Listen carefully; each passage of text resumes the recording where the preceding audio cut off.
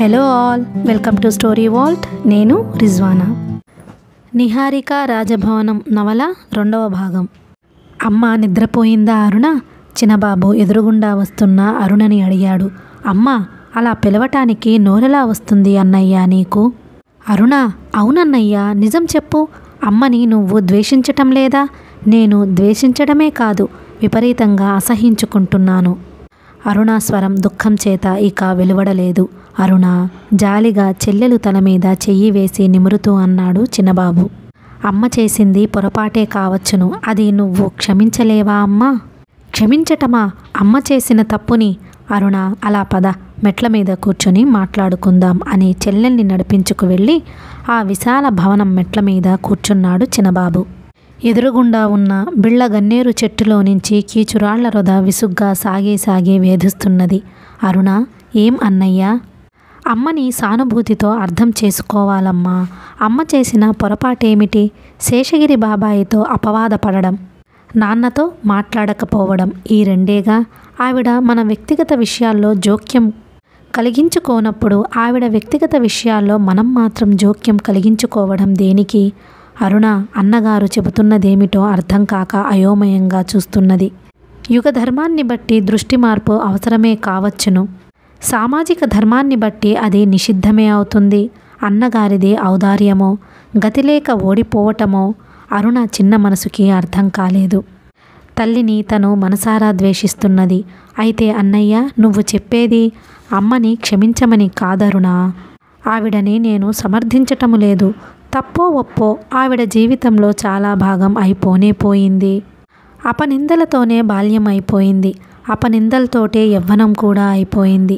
ఇప్పుడు ఈ వార్ధాక్యపు మొదటి భాగంలో ఆవిడ అపనిందల పాలైందని, ఆవిడ చేసిన పనులకి ఆవిడని పశ్చాత్తాపపడమని బలవంతం పెట్టడం ఘోరం, ఒక విధంగా పాపం కూడాను. అడుగుతున్నందుకు ఏమీ అనుకోకమ్మా. అమ్మని ఇంత ద్వేషించడానికి ఇంకో కారణం ఉండి ఉంటుంది, అవునా? అన్నయ్య గారి మాటలకు ఆశ్చర్యంగా చూసింది అరుణ. అన్నగారు తిరిగి అదే ప్రశ్న రెట్టించేసరికి జవాబు చెప్పక తప్పలేదామెకు. అచ్యుతం ఇదే కారణం చేత నన్ను పెళ్లి చేసుకోనన్నాడు. జీవితంలో ఏదైతే ముఖ్యమనుకున్నానో అదంతా అమ్మ వల్లే పోయింది. ఇప్పుడు కూడా అమ్మకి సానుభూతి చూపించమంటావా అన్నయ్య?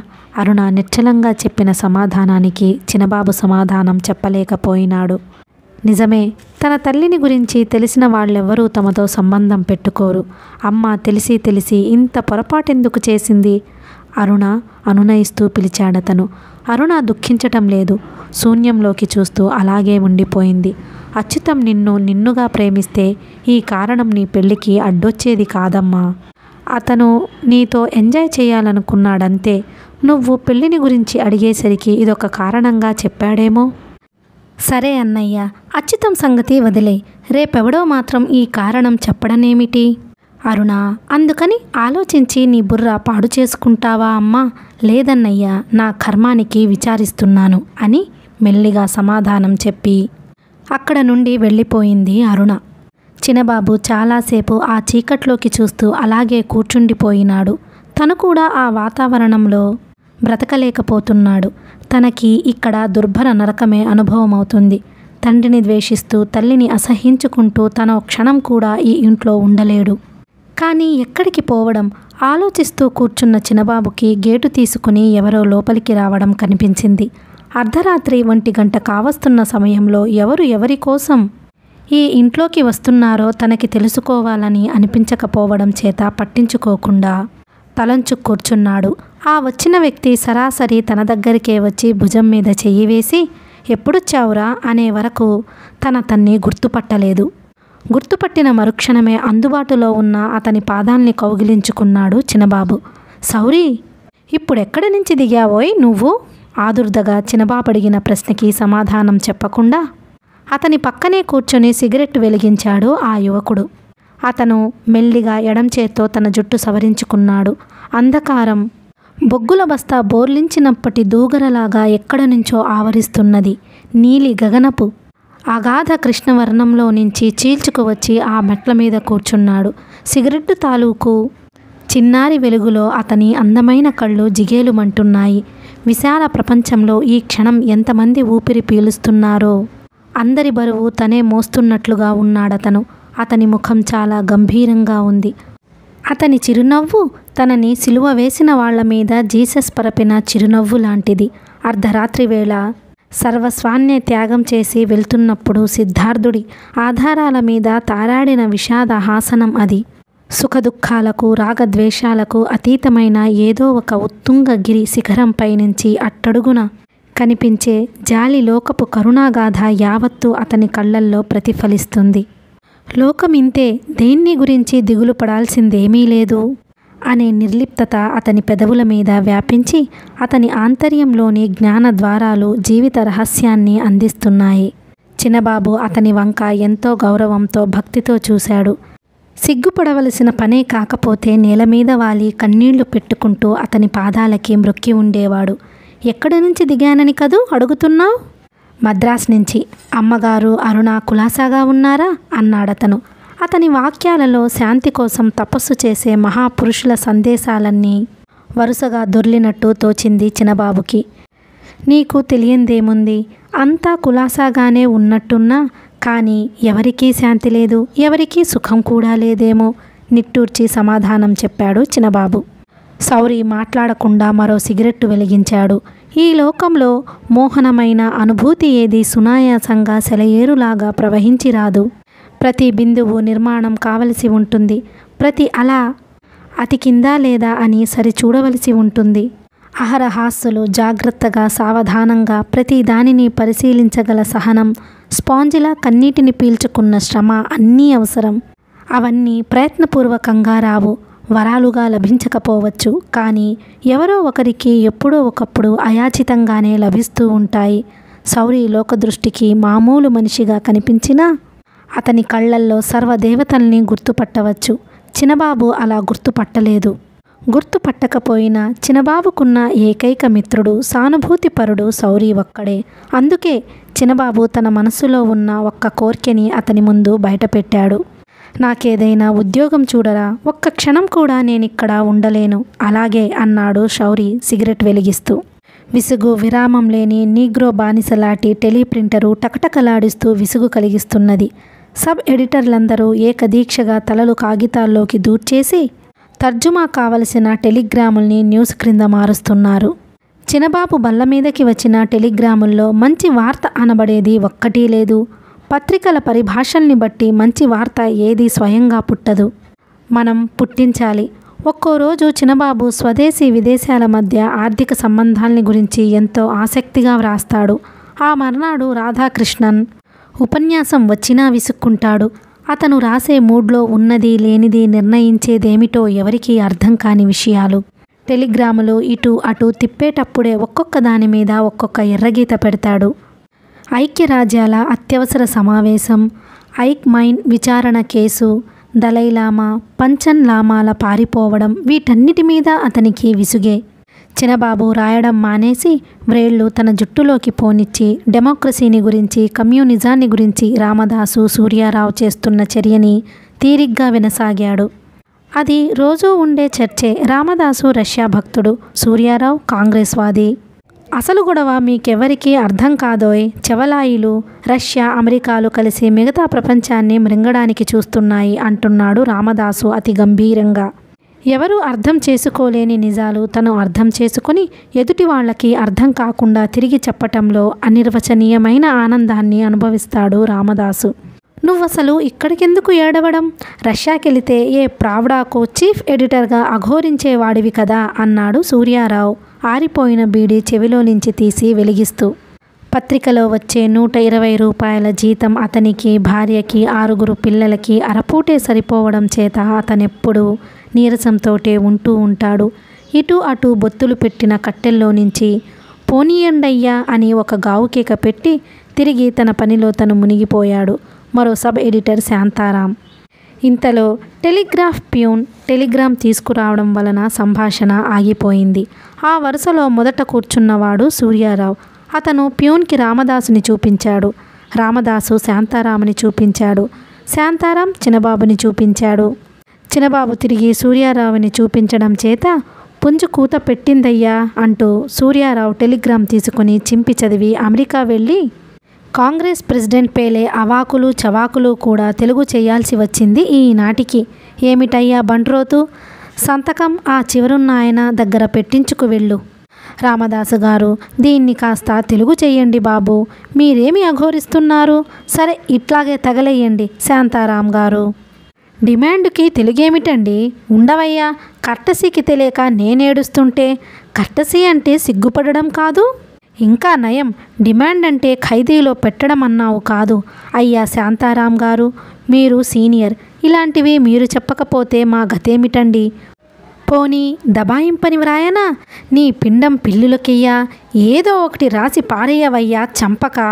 అయ్యా, జెకోస్లోవేకియా స్పెల్లింగ్ ఏమిటండి? CZE తగలట్టట్టుంది. ఆ సి దేనికి ముందు? నీకు తెలియదులేవయ్యా, ఇంగ్లీషు వాడి గొప్పతనం అదే. నిమోనియా ఉందనుకో, వాడు పిమోనియా రాస్తాడు. అది గొప్పతనమే అంటావు? విసుక్కున్నాడు సూర్యారావు. ఏమండోయ్ సూర్యారావు గారు, డూము ఊలు షష్ఠి విభక్తి కాదండి, బడున్ అని రాయాలా, పడున్ అంటే చాలా? అంతలో తెలుగు పండితుడు చిన్నయ్య శాస్త్రి గారక్కడికి దయచేశారు. ఓ మాదిరి పిలక, ఇంకో మాదిరి ఎలక గొంతుక, ఆయనకి పెట్టని భూషణాలు. చూడు నాయన చిన్నబాబు, మారకం అంటే ఏమిటి నీ ఉద్దేశం? శాస్త్రుల గారి తిరుగు ప్రశ్నకి చిన్నబాబు లేచి నిలబడి, మరణం సార్ అన్నాడు. అంతే నాయన, అంతే. శాస్త్రుల గారు అక్కడి నుంచి వెళ్ళిపోయారు. శాంతారాం చిన్నబాబు వంక ఉరిమి చూస్తూ, ఏం మరణమయ్యా బూడిద, విలువల మారకమయ్యా బాబు. ఏం ట్రాన్స్లేషన్, దిక్కుమాలిన ట్రాన్స్లేషను. విలువలు మరణించినాయి. ఇది చూడకుండా పంపానంటే నా మరణానికి వస్తుంది. మారకానికి ఇంకో మాట వినిమయమయ్యా, వినిమయం. ఇదిగో చూడండి సూర్యారావు గారు, మిగతావి మానేసి రైలు ప్రమాదం మీద స్టేట్మెంట్ వచ్చింది కానీ అది పూర్తి చెయ్యండి అని తిరిగి కట్టెల్లో తలదూర్చాడు శాంతారాం. చిన్నబాబుకి క్షణానికి విసుగెక్కువవుతున్నది. 10 నిమిషాల్లో 3 తడవల వాచి చూసి ఇవాళ కాలంగానే ఆగిపోలేదు కదా. సరిగ్గా 5 అయ్యేసరికి తను లేచి హాస్పిటల్లో ఉన్న అంబుజానికి కాఫీ పట్టుకెళ్ళాలి. అంబుజం సౌరి అనాథ శరణాలయంలో ఒక మెంబర్. సగం చచ్చినట్లున్న చిన్నబాబు వంట్లోకి ఎక్కడా లేని శక్తి ప్రవహించింది. 2 గంటల్లోపుగా 4 కాలాల తర్జుమా లాగి అవతల పారేసి లేచి నిలబడ్డాడు చిన్నబాబు. ఆవలిస్తున్న సాయంత్రం ఆకాశానికి ఒళ్ళు విరుస్తున్నది. ఒంటరి ఆంతర్యంలోకి విషాద కెరటం విరిగి పడుతున్నది. చిన్నబాబు రోడ్డు దాటి రాయపేట హాస్పిటల్ వైపు నడక సాగించాడు. అంబుజం అరవపిల్ల, రవ్వల బేసరితో తలతలలాడే ముక్కు ఆమెలో ఒక ప్రత్యేకత. నిమిషానికొకసారి ముక్కు లెగబీలుస్తూ ఆ పిల్ల మాట్లాడే తెలుగు చిన్నబాబుకి బోధపడేందుకు కనీసం 5-6 నిమిషాలన్నా పడుతూ ఉంటుంది. తిరుచునాపల్లి దగ్గర నాటుపురంలో పుట్టి మద్రాసులో చదువుకుంటున్న అంబుజం ఇప్పుడు సౌరికి ఎట్లా పరిచయం అయ్యిందో ఆ సంగతులేవి చిన్నబాబుకి తెలియవు. కానీ లోకానికి తను చేస్తున్న సేవలో చిన్నబాబుకి సగం పుణ్యం పంచి ఇస్తున్నాడు సౌరి. లోకంలో కొందరు ఉద్దేశరహితంగా, ప్రతిఫల వాంఛరహితంగా నిష్కమ సేవ చేస్తూ ఉంటారు. ఆ సేవకి ఈ లోకంలో కాకపోయినా పరలోకం అంటూ ఒకటి ఉంటే అక్కడ సర్వేశ్వరుడు న్యాయాధిపతి. అయితే దొరికే ప్రతిఫలం చాలా ఉన్నతమైనది అయి ఉంటుంది. అయితే ఈ లోకంలో మాత్రం ఈ సేవామూర్తులకు ఊపిరి పీల్చటంలాగా సహజమైపోయిన సేవ ఏదైతే ఉన్నదో అది తెలివి తక్కువతనం కిందకు వస్తుంది. సౌరి తాలూకు ఈ ఉపకారాలన్నీ ఉత్త కాల వ్యయం కింద కనిపించినాయి చిన్నబాబుకి. చిన్నబాబుకి మరో అనుమానం కూడా ఉంది. ప్రతి మగవాడికి మనోయవానిక మీద ఏదో ఒక నారీమూర్తి ప్రతిబింబిస్తూనే ఉంటుంది. తన జీవితం పంచుకునే భార్య, జన్మ సార్థక్యం కలిగించే ప్రియురాలు, ఎవరైనా కానీ జీవితపు సూత్రాలు అందుకొని అల్లుతూ ఉంటుంది ఆ స్త్రీ. అంబుజం సౌరికి అలాంటి స్త్రీయేనేమోనని అతడి అనుమానం. కానీ అంబుజాన్ని చూస్తే అలా అనిపించలేదు. సౌరి వంక ఆమె చూసే చూపు తన ఆశ్రయదాతనో సోదరుణ్ణో చూసే గౌరవయుతమైన చూపే కనిపిస్తుంది గాని ప్రియుడి వంక ఆడది చూసే చూపు కాదది. అంబుజానికి కాఫీ ఇచ్చిన తరువాత మోనాకి మందు తీసుకెళ్ళాలి. నిట్టూర్చి అడుగులు వేశాడు చిన్నబాబు. సూర్యాస్తమయ వేళేమో చల్లని చిరుగాలి వీస్తున్న అందమైన మదరాసు సాయంత్రంలో ఒక ముసలివాడు, 2 స్ట్రీట్ డాన్సర్స్ ఆలపిస్తున్న చల్ చల్ రోనో జవాన్ అనే గీతం చిన్నబాబును ఆకర్షించింది. అటుకేసి చూశాడు. అందులో ఒక అమ్మాయి లావుగా అరటి దువ్వల మృదువు వేలారుస్తున్నది. వేదనతో శూన్యంలోకి చూసే రెండో అమ్మాయి సన్నటిది. 2 తీగల ఎర్ఫ్ అనే వాయిద్యం వాయిస్తూ ఆ సన్నపిల్ల చేస్తున్న నృత్యం అతన్ని ఆకర్షించకపోలేదు. కానీ సౌరి నేర్పిన లేదా సౌరిని చూసి తను నేర్చుకున్న కర్తవ్య పారాయణత అనే గుణం తన్ని ముందుకు నడిపించింది. అయినా సౌరి చాదస్తం కాకపోతే ఈ సోషల్ సర్వీస్ దేనికి విసుక్కున్నాడు చినబాబు. పోనీ అంబుజం అంటే అనుకోవచ్చు. మోనాకేం రోగం? మోనా గత జీవితం విన్న వాళ్ళెవ్వరూ ఆమెకి ఎంత మాత్రం సానుభూతి ఇవ్వరు, పైగా అసహించుకుంటారు కూడా. సౌరికి ఎవరి జీవితాల్లో ఎలాంటి లోట్లు ఔన్నత్యాలు ఉన్నాయో ఎంత మాత్రం పట్టవు. ఏ మనిషికైనా ఏ స్థితిలోనైనా తను సహాయపడగలిగితే సహాయపడడమే అన్న విషయం అతని రక్తగతమైపోయింది. అతను ధనహీనుడు కాదు, జ్ఞానహీనుడు అంతకంటే కాదు. ఈ విషయం గురించి చినబాబు ప్రశ్నిస్తే సౌరి చిరునవ్వు నవ్వి సమాధానమిచ్చాడు. జీవితమంతట్లో పొందవలసిన అనుభవాన్ని కొద్ది క్షణాల్లో పొందడం, యుగాల ఆవేశాన్ని కొన్ని నిమిషాల్లో కూడగట్టడం, ప్రాపంచిక విషయాల చిక్కుముడిలో నుంచి తుక్కుని వదిలేయడం, ఇవన్నీ ప్రతివాడికి దొరకవు. మామూలు బ్రతుకు వెలుగు నీడల జనన మరణాల అల్లికలాగా వెళ్ళిపోతూ ఉంటుంది. సైక్లోన్ వేగాన్ని, సైమోన్ తూకాన్ని మనం అంచనా వేసే పరిస్థితి ఎప్పుడూ కానీ లభించదు. నా అంతిమ క్షణాల్లో కూడా మానవుడి అమరత్వంలో అచంచలమైన విశ్వాసం చెడిపోకూడదని భగవంతుణ్ణి ప్రార్థిస్తున్నాను. కానీ చాలామంది నాలాంటి వాళ్ళని చూసి తెలివి తక్కువ వాళ్ళని వెక్కిరించవచ్చును. మనిషి బ్రతుకుని గణిత సూత్రంగా మార్చి అతని ఇంద్రియ అనుభవాలని రసాయనిక పరివర్తనాలనుకొని నడిస్తే దాని దారి వేరు. తనకు అర్థం కాని దాన్ని దూషించడం మనిషి స్వభావం, అంతే, అంతకన్నా మరేం లేదు అని సమాధానం చెప్పాడు. తర్వాత సౌరి పక్కన ఉండడం వలన చినబాబు దృక్పథం కొద్ది కొద్దిగా మారుతూ వచ్చింది. అంతర్విప్లవాలేమీ లేకుండానే హేతువాదంలో సమగ్రమైన విశ్వాసం లోపించిందతనికి.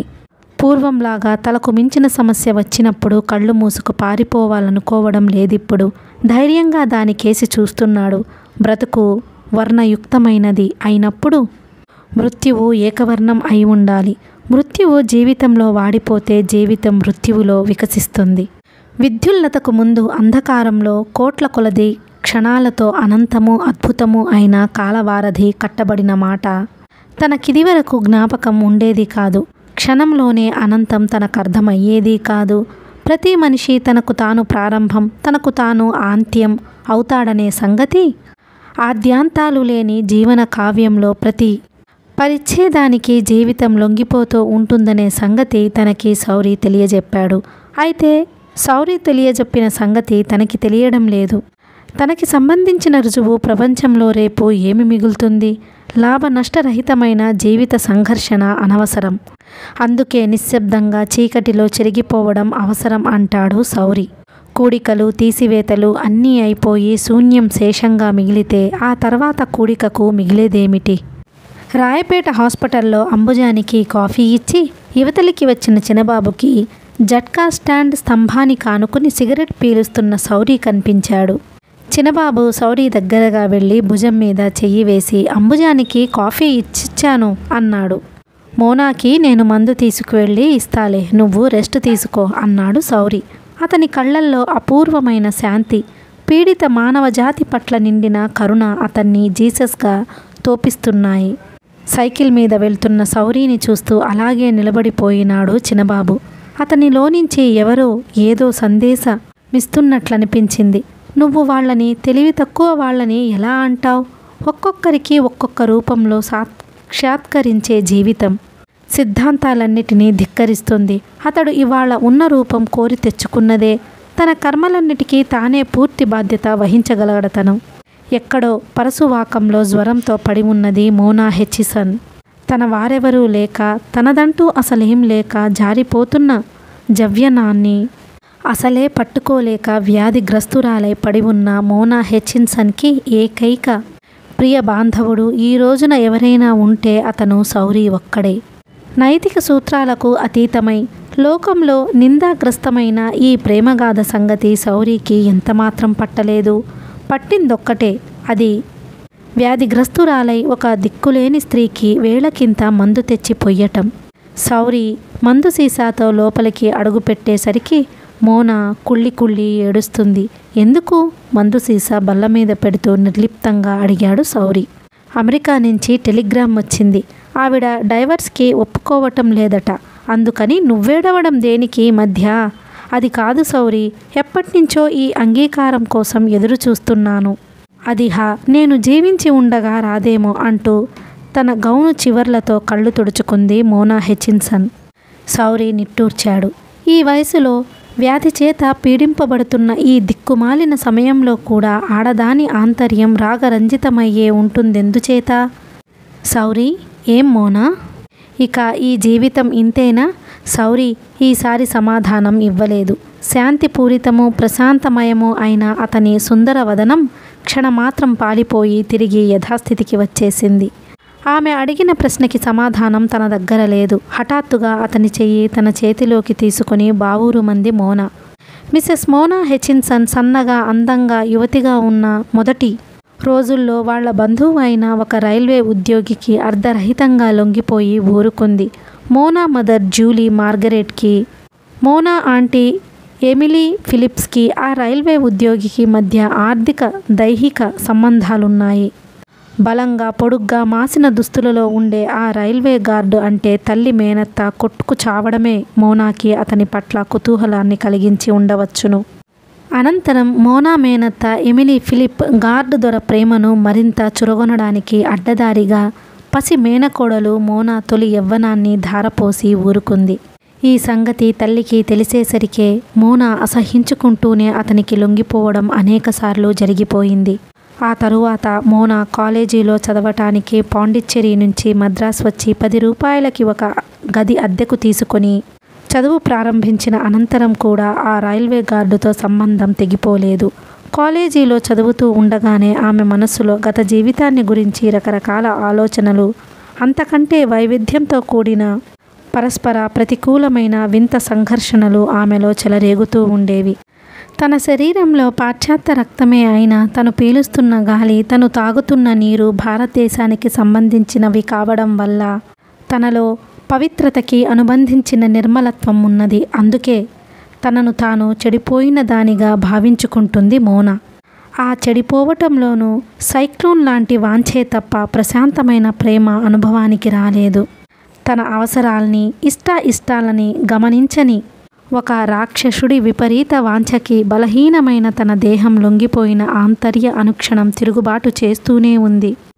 ఏతావాత గడిచిన గాథ తనకి అసహ్యం కలిగించడం వల్ల ఆ యువతి హృదయం ప్రేమదాహంతో అలమటించిపోయింది.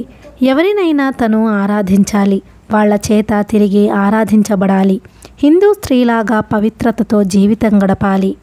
ఈ రక్త విరుద్ధమైన కోరికలు మోనా హెచిన్సన్లో బలంగా తలెత్తినాయి. అదేగాక మద్రాసు సాయంత్రంలోని ప్రశాంతత, మధురమైన ఏకాంతంలోని మొనాటని, తిరిగి చిగురెత్తిన ఆంతర్యంలోని రాగరంజితత్వం ఆమెలోని చాంచల్యాన్ని మరింత అధికం చేసినాయి.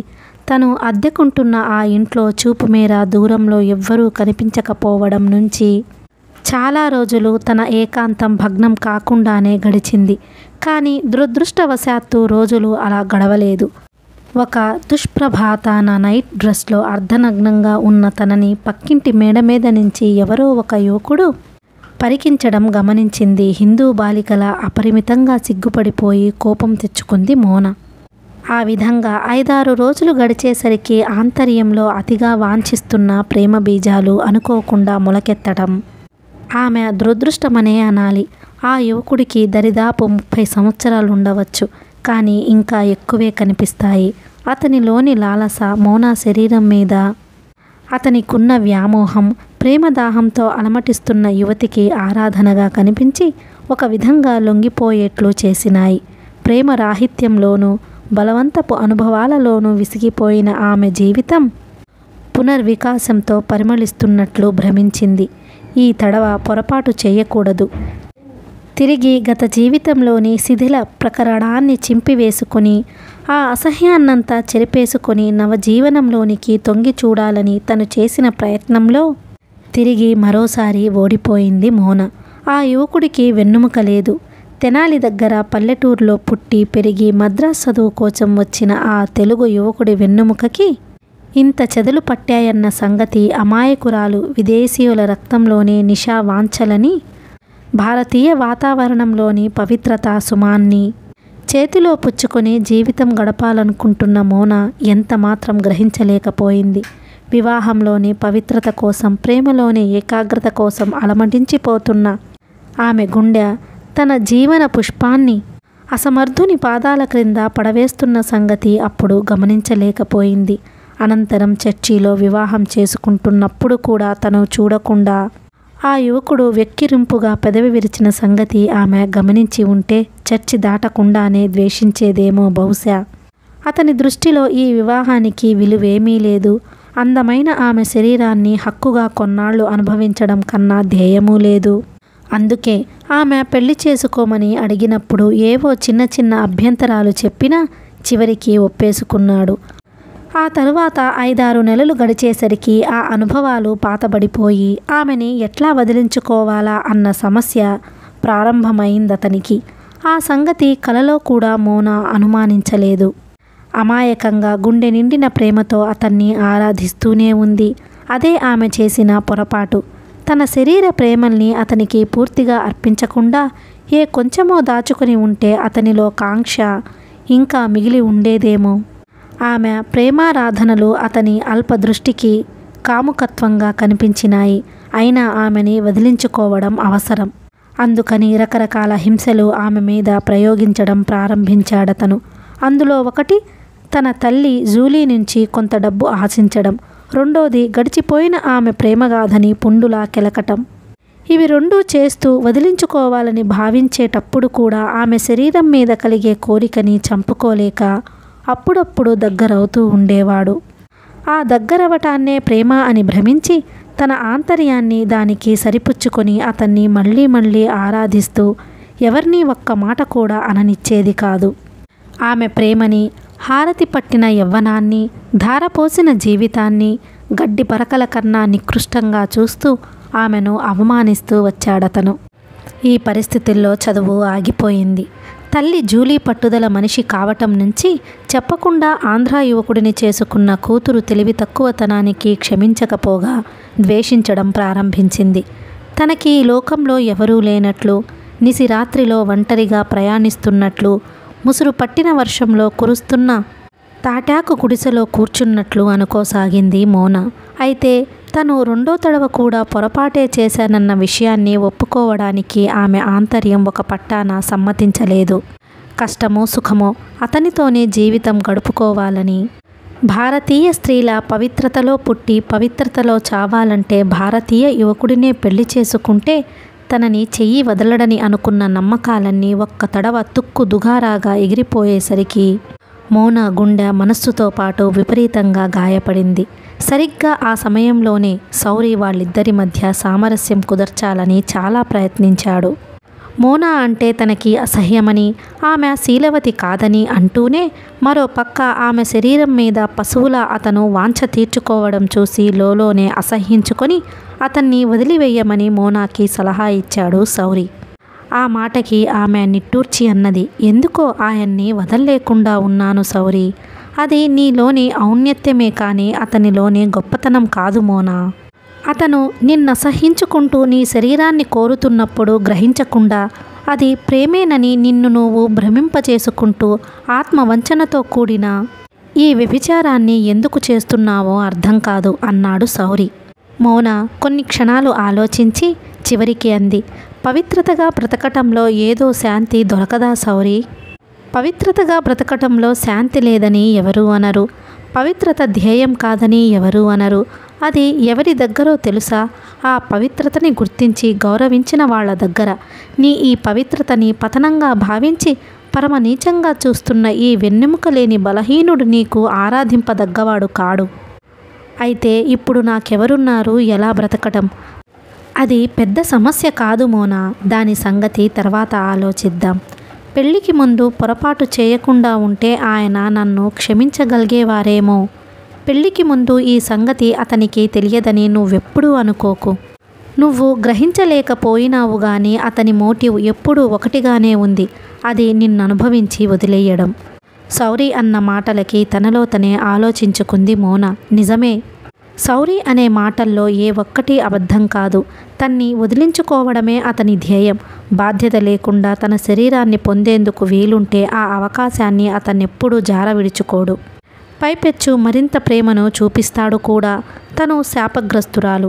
లోకంలో ఎంతోమంది మంచివాళ్ళు, ఉన్నతులు ఉండగా ఇలాంటి వ్యక్తులే తనకెందుకు తటస్థపడుతున్నారో ఆమెకి అర్థం కాలేదు. జీవితం, దానిలోని కష్టసుఖాలు, కన్నీళ్లు, చిరునవ్వులు అన్నీ కూడా ఉత్త మరీచికల్లా కనిపిస్తూ, జీవితమంటే సన్నజాజి పూల పరిమళం కాదని, విషవాయువుల నిశా నాగిని లాంటిదని ఆమె గ్రహించగలిగింది. ఆ గ్రహించిన క్షణంలోనే అది వరకున్న నమ్మకాలు, పట్టింపులు వదులైనాయి. నీతి, అవినీతులు, సమాజంలోని స్థానం కోసం ఆడుతున్న వైవాహిక నాటకాలు వ్యర్థంగా కనిపించి, గడిచిన జీవితం కానీ గడపబోయే జీవితం కానీ తనకి సంబంధించినదైపోయి, వర్తమాన క్షణంలో పీలుస్తున్న ఊపిరి మాత్రమే తనదని ఆమెకు కనువిప్పయింది. అప్పటికి తనదంటూ ఏమీ లేదు, తనవారంటూ ఎవరూ లేరు. అన్నీ అయిన అనంతరం మిగిలిన ఒక్క గడ్డి పరకనే పట్టుకొని ప్రాణరక్షణకి ఆరాటపడుతున్న వాడికి వచ్చే విపరీత ధైర్యం లాంటిదేదో ఆమెను ఆవహించి, ఏదైతే అదయ్యింది, ఇంతకన్నా చెడేదేమిటి అనే మొండి ధైర్యం ముందుకు నెట్టడం వలన ఒక్కసారిగా విశృంఖలత్వం మీద మమత పెరిగి వెడ్డింగ్ రింగు తీసిపారేసి క్రొత్త జీవితం ప్రారంభించింది మోన. ఖాళీ అయిన హృదయ పీఠం మీద ఎవరిని పునఃప్రతిష్ఠించాలనుకోలేదు మోన. సరిగ్గా అదే సమయంలో అనుకోకుండా ఆనందమూర్తి గారు ఆ విదేశీయ యువతి ఆంతర్య పీఠం మీద పాదం మోపడం జరిగింది. అసలు ఆడదానిలో ఉన్న బలహీనతదే ఎట్టి పరిస్థితుల్లోనూ తన హృదయ దేవాలయాన్ని పూజారహితంగా ఉంచదు. ఆ దేవుడు రాక్షసుడైనా సరే, వరమంటూ ఒక్కటి కూడా ఇవ్వకపోయినా సరే, ఆ మానవ పూజ ఉత్త శూన్యానికైనా సరే అలా చేస్తూనే ఉంటుంది ఆడది. ఒకరోజు సాయంత్రం ఉద్దేశరహితంగా వీధుల వెంట తిరుగుతున్న మౌనాకి ఒక హోటల్ ముందు ఆనందమూర్తి గారు కనిపించారు. కార్పొరేషన్ దీపాలు గాజు కళ్లను తెరిచినాయి. అలసిన జనప్రవాహం కట్టుగొయ్యకి చేరుతున్నది. కొంతమంది నిశాచరులు, తనలాంటి వారే అయిన కొంతమంది ఆసోపాహతులు వీధి మలుపులో నిలబడి మాట్లాడుతున్నారు. మాసిన గడ్డాల మగవాళ్ళు, రేగిన తలల ఆడవాళ్ళు, మురికి లుంగీలు, చిరిగిన పమిట కొంగులు, చిందరవందర జుట్లు రోడ్డు మీద కనిపిస్తూ మాయమవుతూ ఉన్న ఆ అసుర సంధ్యలో మొట్టమొదటగా ఆనందమూర్తిని చూసింది మోన. హోటల్ లోపలికి వెళ్ళాడతను. తను కూడా వెళితే 10 దాకా కూర్చోవచ్చు, 2 కప్పుల కాఫీతో 3 గంటలు విశ్రాంతిగా కూర్చోవచ్చన్న ఆలోచన ఆమెకు హాయి కలిగించింది. జనం ఎక్కువ మంది లేని ఆ హోటల్లో ఒక మూల కూర్చున్నాడు ఆనందమూర్తి. ఆమ్లెట్ల వాసన ఆ వాతావరణాన్ని క్షుధాతురం చేస్తున్నది. ఆయన ఒకసారి తన వంక చూశాడు. ఆ చూపుల్లో కుతూహలం ఎంతమాత్రం లేదు, కనీసం కారుణ్యం కూడా లేదు. అతి మామూలుగా ఎవరో పిల్ల సరేలే అన్నట్లుంది. ఆ చూపులో రహస్యాలు కానీ, ప్రేమ కథలు కానీ, వ్యాపారపు కిటుకులు కానీ, ఇంటి దగ్గర గొడవలు కానీ ఏమీ కనిపించకపోయేసరికి ఆ నిర్లిప్తతకి ఆశ్చర్యపోయింది మోన. ప్రక్క టేబుల్ దగ్గర ఎవరో యువతీ యువకులు గుసగుసలాడుతున్నారు. ఇప్పుడు అతనుంటే ఎంత బాగుండేది. వెడ్డింగ్ రింగ్ ఖాళీ చేసిన వ్రేలును చూసుకుంటూ తనలో తనే నవ్వుకొని సిగరెట్ ముట్టించింది మోన. నయం, ఈ హోటల్లో పొగ త్రాగడం మీద నిషేధం లేదు. ఒక గుక్క గట్టిగా పీల్చి ఈ రకం బ్రతుకు హాయిగానే ఉంది అనుకుంది. హోటల్ అద్దాల తలుపుల్లో నుంచి రోడ్డు మీద వచ్చేపోయే జనం సినిమాలలోలా కనిపిస్తున్నారు. బిచ్చగాళ్ళు, అరవంలో అడుక్కునే ఇంగ్లీషు ముసలమ్మలు, దిక్కులేని పిల్లలు, కులాసా మాటలు, విలాసపు జంటలు, వీటి మధ్య నుంచి తెల్లని వెలుగు, చిరపరిచితమైన ఏకాంతం, ఆంతర్యంలో అనుభవించిన మోనాటని, స్వార్థంలోని హాయిగొల్పే మత్తు ఆమెను ఆవహించి ఆనందమూర్తిని క్షణకాలం మర్చిపోయేట్లు చేసినాయి. బయట ఎవరో ముసల్ది ఇంగ్లీష్లో అడుక్కుంటుంది. ఆ అడుక్కునే ముసలమ్మని చూస్తే మిసెస్ రోజ్ జ్ఞాపకం వస్తుంది తనకి. ఆవిడ కన్నా ఎక్కువ పాపం చేసిందా ఈ ముసల్ది? సిల్క్ గౌన్లలో పార్సీ ఫ్యాషన్లు అమలు పరుస్తూ కుర్రాళ్లను వెంటేసుకు తిరుగుతూ ఉంటుంది. మిసెస్ రోజ్కి వయసులో ఉన్న కూతుర్ని చూసి కూడా జలసీయే. కాఫీ గుక్క వేసింది మోన. కాఫీ చేదు, సిగరెట్ విషం. మనిషంతా విషపు జంతువేదీ లేదు. కొందరి చూపుల్లో పెదవుల్లో విషముంటుంది. విషానికి విషమే తిరుగుడు. ఎదురుగా ఉన్న అద్దంలో తన ముఖం చూసుకుంది. ఆ ముఖం తనది కాదు, ఎవరిదో అయినా కొత్త ముఖం. పీక్కుపోయిన ముఖంలో కళ్ళ చుట్టూ నల్లని నీడలు, ముదిరిన వయస్సులో ముసలితనం ఆక్రమించుకుంటోంది. బయటికి చూసింది మోన.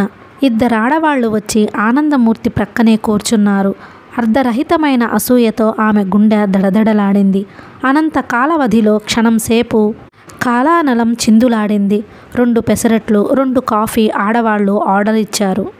ధారాపాతంగా కురుస్తున్న కాంతిలో నల్లటి జుట్టు మీద వెలుగు జీరలు జాలుగా జారి మెడ క్రింద మెత్తని లోయల్లో మడుగు కడుతున్నాయి.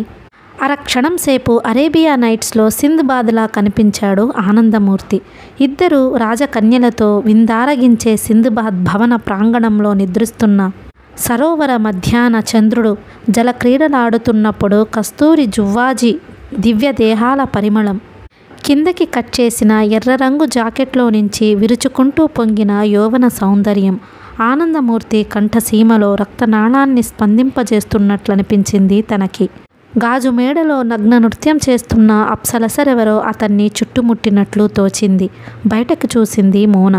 దీపం మురుగు కాలువ మీద బుర్రగోక్కుంటూ కూర్చున్న ముసలమ్మ తల మీద చచ్చిన పురుగులు తలంబ్రాలు చల్లుతున్నాయి. కాఫీ చిరుచేదు నిషాలో నుంచి ఆనందమూర్తి దృష్టిలోంచి ఒక్క క్షణంసేపు వాస్తవంలోకి పరిగెత్తింది. ఇందులో ఏది నిజం? సిల్కు చీరల, చింపిరితల, బలిసిన రొమ్ముల వైపు అసూయతో చూస్తున్న వృద్ధ వేశ్య దీనాల పాల, చావు బ్రతుకుల సంజమసకలో సరైన సత్యాన్ని పోల్చుకోవడం ఎలా? టీబీతో చనిపోయిన పక్కింటి హిందూ యువతి గుర్తొచ్చింది మోనాకి. నెత్తురు లేక పాలిపోయిన ముఖంతో, మృత్యు శీతల ఛాయలతో, చలువరాతి విగ్రహంలా చల్లని శవం. మృత్యువు ప్రేమించిందామెని. తనకి తెలిసినంత వరకు ఆ పాలిపోయిన పెదిమలు జీవితం ప్రసాదించే వెచ్చని ముద్దులు ఎరిగి ఉండవు. ఆమె జీవితంలో చూపు మేరా దూరంలో ఎటువంటి ఆనందము లేదు. తెల్ల తామర లాంటి ముఖంపై నల్లని జుట్టు, పెదిమల చుట్టూ దివ్యమైన చిరునవ్వు. ఎప్పుడూ మేల్కోలేదామె. ఒక ఇంగ్లీషు డ్యాన్స్ గీతం జ్ఞాపకం వచ్చింది మోనాకి. జీవధావళ్యంలో నుంచి ఆరిపోయిన పరిమళాలు ఆక్రమించుకుంటూ మధుమదిరా గంధం తలకెక్కుతున్నది. ఆనందమూర్తి వంక అనుకోకుండా మరోసారి చూసింది మోన. ప్రేమ శాడిజం, అవయవాల మరణ యాతన, ఆంతర్యంలోని ఆనందపు పొంగు అతన్ని తను కోరేట్టు చేసుకున్నాయి. ఆనందమూర్తి అప్పుడే ఆమె వైపు చూశాడు. అతని దృష్టి ఆమె యవ్వనం మీద లేదు. కాంతిలో మెరుస్తున్న చెంపల మీద, ఆహ్వానిస్తున్న అరుణాధారాల మీద, పరిరంభానికి పిలుస్తున్న హస్తాల మీద అసలే లేదు. అతను చూసిన ఆ చూపు ఆమె ఆంతర్యంలోని రంగురంగుల తెరల్ని చీల్చుకొని పోయి ఆత్మ ఉండే చీకటి గదిలోనికి చొచ్చుకొనిపోయింది. ఉలిక్కిపడింది మోన. చరిత్రలో మానవజాతి భవిష్యత్తు, శ్మశానాల్లో శోకాగ్ర సంగీతం, క్షయారోగం, ప్రేమించిన కన్నెపడుచు, మురుగు కాల్వ మీద ముసలమ్మ భేటీ అన్నీ మర్చిపోయింది మోన. ఆ క్షణాన్ని కాలం నుండి విడదీసి తనే ఉంచుకోవడం ఎలా? అతని కవతల, అతని ప్రక్కనే, అతనిలోనే తనని చూడడం ఎలా? గత జ్ఞాపకాలు తలుపులు మూసి మృతువాయువులు, మట్టి వాసనలు రాకుండా చేసి ఆ జీవన వాసనల్ని పీల్చడం తనకు చేతనవుతుందా? విశ్వాసరహితమైన ఈ భయం తనెందుకు ఆవహిస్తున్నది? అతను తనతో అనకుండా అన్న సంగతేమిటి? ఆత్మని, దేహాన్ని కబళించి ఆనందపు అదృశ్య జ్వాలా కీలల్లో జీవిత స్వరాల మహోత్తుంగ తంగరాలు ఎక్కడి నుంచి ప్రవహించి వస్తున్నాయి? ఆ ఆడవాళ్ళిద్దరూ లేచి బయటికెళ్ళిపోయారు. ఆవహించిన నీరసాన్ని ఆపుకోవడానికి బల్ల మీద తలవాల్చింది మోన. నరాల తంత్రులపై ఉన్మాద సంగీతం విలపిస్తున్నది. బిగిసిన గొంతులో నుంచి అనంత అగ్రసాగరాల ఘోష వినిపిస్తున్నది. కరిగిన గుండెలో నుంచి లోహ ప్రవాహంలోని నీలిమంటలు వ్యాపిస్తున్నాయి. గత జీవితంలోని సురతాంత మహానందపు మణికూజితాలు తిరిగి అలుముకుంటున్నాయి. ఏదో ధ్వని అనంత శూన్యంలో నుంచి అందరాని దాన్ని అందుకునేందుకు, సుఖదుఖాలకు అతీతమైన దాన్ని పొందేందుకు, ఉన్నత శిఖరాల నగ్నత్వంలో నుంచి ఏదో అభిసారం ప్రవహించి వస్తున్నది. నస్వర శరీరాలు శృంఖలాన్ని త్రెంచుకున్నాయి. మహోజ్వాల మహోచ్చల సంగీతానికి ఆంతర్యం తలుపులు తెరుస్తున్నది. బ్రహ్మాండపు గడియారంలో చరిత్ర పెండులమే ఆగిపోయింది. ఆనందమూర్తి లేచి తలకాయ వంచుకొని బిల్లు చెల్లించి చకచకా బయటికెళ్ళిపోయాడు. వెనకకి తిరిగి చూడనన్నా లేదు. మోన తలెత్తి చూసేసరికి అక్కడెవ్వరూ లేరు. ఆ తరువాత 5-6 రోజులు వరుసగా అదే హోటల్ చుట్టూ ఆనందమూర్తి కోసం తిరిగింది మోన. సిగరెట్ కాలుస్తూ మాసిపోయిన గౌనుతో పేవ్మెంట్ల మీద కనిపించే ఈ ఆంగ్లో ఇండియన్ యువతి మీద ఎవరి గౌరవ దృక్కులు పడడం లేదు. కానీ ఎవరి వంకా చూడకుండా దూర తీరాల్లో ఉదయించే ఏ ఇందు బింబం కోసమో ఎదురు చూస్తున్నట్లున్న ఆమె చూపుల్లో లాలస లేదు. ఎవరు పలకరించినా సమాధానం ఇవ్వకుండా సాగిపోయే ఆ యువతి స్తబ్దత్వానికి ఆడపిల్లల్ని అమ్ముకొని బ్రతికే ఆ హోటల్ ప్రొప్రైటర్ కూడా ఆశ్చర్యపోతూ ఉండేవాడు. అనంతరం జీవితంలో ఆనందమూర్తిని తను శారీరకంగా పొందగలిగింది, మానసికంగానూ పొందగలిగింది. అయితే సామాజికంగా మాత్రం పొందలేకపోయింది. అతనిదివరకే వివాహితుడు, సైంటిస్టు, మేధావి అయిన ఆ ప్రొఫెసర్ సమక్షంలో తనకొక విధంగా శాంతి లభించిందనే చెప్పాలి. మోనా, ఏమిటి ఆలోచిస్తున్నావు? సౌరి అడిగిన ప్రశ్నకు గత జీవితపు స్ఫురణంలో నుంచి ఇవతల పడింది మోన. సౌరి చక్కని ముఖం చూసి ఒక్క క్షణం సేపు సౌరి, నువ్వు జీసస్వి అన్నది. డోంట్ బీ సిల్లీ మోనా, మరి నేను వెళ్ళిరానా అన్నాడు సౌరి. కేబుల్ మీద కాంట్రాక్ట్ చేస్తావేమిటి నీరసంగా అన్నది మోన. ఎందుకు? ఆవిడ విడాకులు ఇవ్వదు. సమాజంలో నీ అధికారం స్థిరపడను పడదు. నువ్వెళ్ళి మాట్లాడి రాకూడదు. మోనా జాలిగా అడిగిన ప్రశ్నకు సౌరి చాలాసేపు సమాధానం ఇవ్వలేదు. ఆనందమూర్తి గారి గయ్యాడి భార్య తనని ఆత్మీయంగా చూసే మాట నిజమే. అంత మాత్రం చేత భర్తకు విడాకులివ్వమన్న తన సలహా పాటిస్తుందా అని అతనికి సందేహం వచ్చింది. ఏం సౌరి ఆలోచిస్తున్నావు? మోనా తిరిగి హెచ్చరించింది. అలాగే ప్రయత్నిస్తాను. ఆమెకు సమాధానం చెప్పి సౌరి ఇంటికి వెళ్ళేసరికి అతని భార్య కమల ఎదురుగుండా వచ్చి భార్గవి టెలిఫోన్ చేసింది అని చెప్పింది. సౌరి భార్య వంక ప్రేమగా చూస్తూ, చిన్నబాబు భోజనానికి వస్తానన్నాడు, రాలేదా? అరుణ రైల్కి వస్తుందట, స్టేషన్కి వెళ్ళాడు, మీకు వడ్డించేయమంటారేమిటి అన్నది కమల. సౌరి బట్టలు తీసేసి లుంగీ కట్టుకుని పడక కుర్చీలో వాల్తూ, ఎందుకు వస్తుంది అరుణ అన్నాడు. తెలీదు. భార్గవి టెలిఫోన్లో ఏమంది? తెలియదు. అసూయ కాదు కదా? అందుకు వాళ్ళెవ్వళ్ళక అర్హత లేదులేండి అన్నది కమల. ఎర్రగా బొద్దుగా ఉండే కమల సౌరికి అర్ధాంగిగా పరిపూర్ణురాలు. జీవితంలో అతనికి ఏ లోటు లేదు. వాకిట్లో ట్యాక్సీ చప్పుడయ్యేసరికి చిన్నబాబు అరుణ వచ్చినట్టున్నారు అంటూ ఎదురెళ్ళింది కమల. అరుణ ఇప్పుడెందుకొచ్చినట్లు? తనలో తనే గొణుక్కున్నాడు సౌరి. ఎర్రటి చీరతో ఎర్రటి గాజులతో అరుణోదయంలా అన్నగారి వెంట లోపలికి వచ్చిన అరుణని ప్రేమగా చూస్తూ అన్నాడు సౌరి. ఏమిటలా అకస్మాత్తుగా దిగబడ్డావు? నీకు తెలియందేముంది సౌరి, నరకం నుంచి బయటపడాలని కుర్చీ లాక్కొని కూర్చుంటూ అన్నది అరుణ. చిన్నబాబుకి వడ్డించు కమల, నేను అరుణ తర్వాత భోంచేస్తాం అని వాళ్ళు వెళ్ళిన తరువాత ప్రేమగా అరుణ వంక చూస్తూ, నువ్వనుకునే నరకం మన మనస్సుల్లో ఉంటుంది అరుణ. నువ్వమ్మగారిని అర్థం చేసుకోలేదు. అచ్యుతం నిన్ను కాదన్నాడన్న కోపంలో ఏవేవో ఊహించుకుంటున్నావు అన్నాడు. అచ్యుతం కాదంటే నేను దిగులు పెట్టుకు చచ్చిపోతాననుకున్నావా సౌరి అని క్షణం సేపు ఊరుకొని తిరిగి గ్రేస్ఫుల్గా వల వేస్తాం. అందులో ఏం పడకపోతే వల వెనక్కి తీసుకొని భుజాన వేసుకొని జీవితాన్ని తిరిగి ప్రారంభిస్తాం అంటూ పేలవంగా నవ్వింది అరుణ. జీవితాన్ని గురించి ఇంత తేలిగ్గా ఆలోచించేదానివి అమ్మగారు చేసిన తప్పేమి ఉందని అంత అసహించుకుంటున్నావు? సూటిగా అడిగాడు సౌరి. అరుణ నిట్టూర్చి, అమ్మని అసహించుకోవట్లేదు. ఆవిడ చేసిన పొరపాటు రహస్యంగా చేసి ఉంటే ఇప్పుడు మా జీవితాలింత దెబ్బతిని ఉండేవి కావు. అచ్యుతం నిన్ను కాదన్నందుకు నువ్వు నిజంగా బాధపడట్లేదా అరుణ? ఎందుకు బాధ అని కొన్ని క్షణాలాగి, అన్నయ్య కమల భోంచేసినట్లున్నారు, మనిద్దరం కూడా వెళదాం అంటూ లేచి వంటింట్లోకి దారితీసింది. వంటింట్లో డైనింగ్ టేబుల్ మీద చిందరవందరగా ఉన్న గిన్నెలు ఒక పక్కకి సర్దుతూ, కిరాస్తానీ వాళ్లలాగా టేబుల్ మీల్స్ పెట్టేశావేమిటోయ్ అన్నది అరుణ. ఆ ప్రశ్నకి సమాధానం సౌరి ఇవ్వలేదు, కమల ఇచ్చింది. మేం నియోగులం అరుణ, ఇలాంటివి మా కట్టే పట్టింపు లేదు. ఆవకాయ కలుపుకొని పప్పు నూనె చేతిలో వంచుకుంటూ, కమల దొరకటం నీ అదృష్టం సౌరి అన్నది అరుణ. అంతవరకు చిన్నబాబు ఒక్క మాట కూడా మాట్లాడలేదు. అప్పుడిహ నవ్వుతూ, ఆ అదృష్టం కమలకి పట్టినందుకు ఆడదాన్ని కాకపోతినే అని నాకు అసూయగా ఉంటుంది అరుణ అన్నాడు. కొంపతీసి నువ్వుగాని శౌరిని ప్రేమించటం లేదు కదా? అరుణ నవ్వుతూ అన్న మాటలకి అరక్షణం సేపు ఆత్మ పరీక్ష చేసుకున్నాడు చిన్నబాబు. అవును, బహుశా తను శౌరిని ప్రేమిస్తూనే ఉండవచ్చును. శౌరి తాలూకు బలవత్తరము, శాంతిపూరితము అయిన సోమనస్యం చల్లటి వ్రటవృక్షంలా తనని సేద తీర్చుతోంది. తననే కాదు, ఎందరినో సేద తీర్చుతున్నది. చిన్నబాబు వంక చూసి శౌరి నవ్వుతూ అన్నాడు, నన్ను చాలామంది ప్రేమిస్తున్నారు. ఎంతమందంటే కమలకి అసూయ కలిగేంతమంది. అందులో ఆడవాళ్లు కూడా ఉన్నారు. మీ ప్రేమ ఎంతవరకో నాకు తెలుసులేండి నవ్వుతూ అన్నది కమల.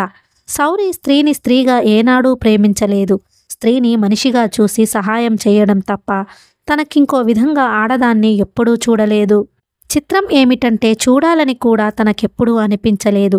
తనని ఒకరిద్దరు ఆడవాళ్లు ప్రేమించిన మాట నిజమే. అయినా వాళ్లని తనెప్పుడూ దగ్గరకి తీసుకోలేదు.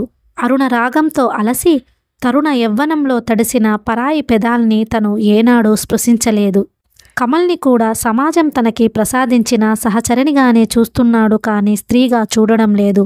అందుకని తనలో స్త్రీవాంఛలు లేకనూ పోలేదు. ఒక విధంగా అతి జాత్యుడేమో కూడా. అయినా తన హృదయం వెనకాల స్పాంజిలా కన్నీటిని పీల్చుకునే కరుణ ముందు తన వ్యక్తిగతమైన ప్రేమలు, వాంఛలు, అల్పమైన చిలిపి కోరికలు అన్నీ అణిగిపోయినాయి. బాధ్యుడైన వ్యాపారస్తుడిగా తను డ్యూటీనే గౌరవిస్తాడు. తన సంస్థకు తనే యజమానైనా కూడా సరిగ్గా 10 గంటలకు ఆఫీసుకు వెళ్ళి 5 గంటల వరకు ఉండి అనంతరం తన దయాపోషణలో ఉన్న అనాథలని చూడడానికి ఒక రౌండ్ తిరిగి రాత్రి 11 గంటలకో ఇల్లు చేరతాడతను. తన ఆఫీసులో స్టెనోగా ఉంటున్న దేవమణి ఈ మధ్య తనకు మరీ భక్తురాలైపోవడం గమనిస్తూనే ఉన్నాడు. ఏది ఏమైనా ఆ ప్రేమకు ప్రేమ గాని, ఆ భక్తికి శరీరం కానీ తనెన్నడూ ఇవ్వలేడు. అన్నిటికీ కలిపి అతను ఇవ్వగలిగింది ఒక్కటే, అది దయా మమతలతో కూడిన కరుణ. అతను కరుణామూర్తి. మోనా చెప్పినట్లు మరో జీసస్. కొత్తావకాయ ఘాటు తలకెక్కిందా ఏమిటి? అదే పనిగా ఆలోచిస్తున్నారు అన్నది కమల నవ్వుతూ. లేదు, భార్గవి టెలిఫోన్లో ఏమైనా చెప్పిందా? రేపు మిమ్మల్నోసారి రమ్మంది అని పప్పుచారు వడ్డించింది కమల.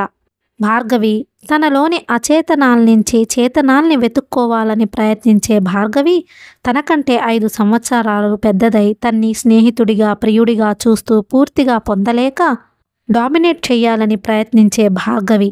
ఆ సంగతి తనకు తెలిసి కూడా తనెన్నడూ ఆమెకి దూరంగా లేడు. ఎన్నడూ ఆమెని అవమానించి ఎరుగడు.